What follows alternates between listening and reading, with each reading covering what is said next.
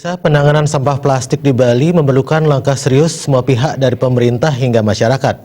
Jika tidak ditangani serius, sampah plastik berdampak buruk bagi citra pariwisata Bali secara berkelanjutan.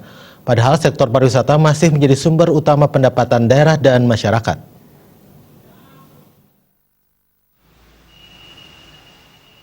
Belum lama ini pemerintah Provinsi Bali mengeluarkan peraturan tentang pengurangan penggunaan kemasan plastik. Hal ini pun sudah mulai disosialisasikan dan diterapkan di pasar dan toko-toko modern termasuk pasar tradisional. Tentunya, realisasi kebijakan yang sudah mulai dijalankan ini belumlah memberi perubahan yang besar terhadap pengurangan timbunan sampah plastik di Bali. Masih banyak produk kemasan plastik yang beredar di pasaran. Aktivis lingkungan Ketut Darmawan mengatakan keberadaan sampah plastik di Bali sudah sangat mengkhawatirkan sehingga perlu disikapi secara lebih intensif agar destinasi pariwisata Bali tidak tercemar oleh sampah plastik.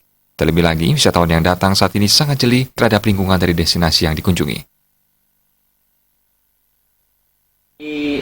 Peraturan Gubernur Bali nomor 97 tahun 2018 sangat positif karena sudah waktunya lah Bali menjadi pionir dalam rangka pengurangan timbulan sampah plastik. Karena bagaimanapun juga Bali kondisi ekonominya sangat tergantung sama wisatawan, sama pariwisata.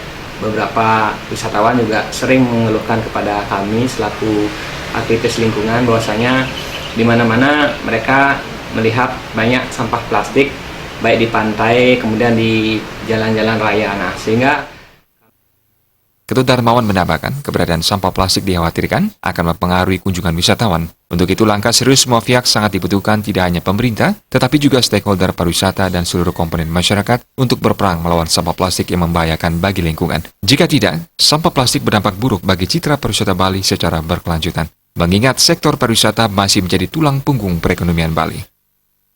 Suparyana, Bali.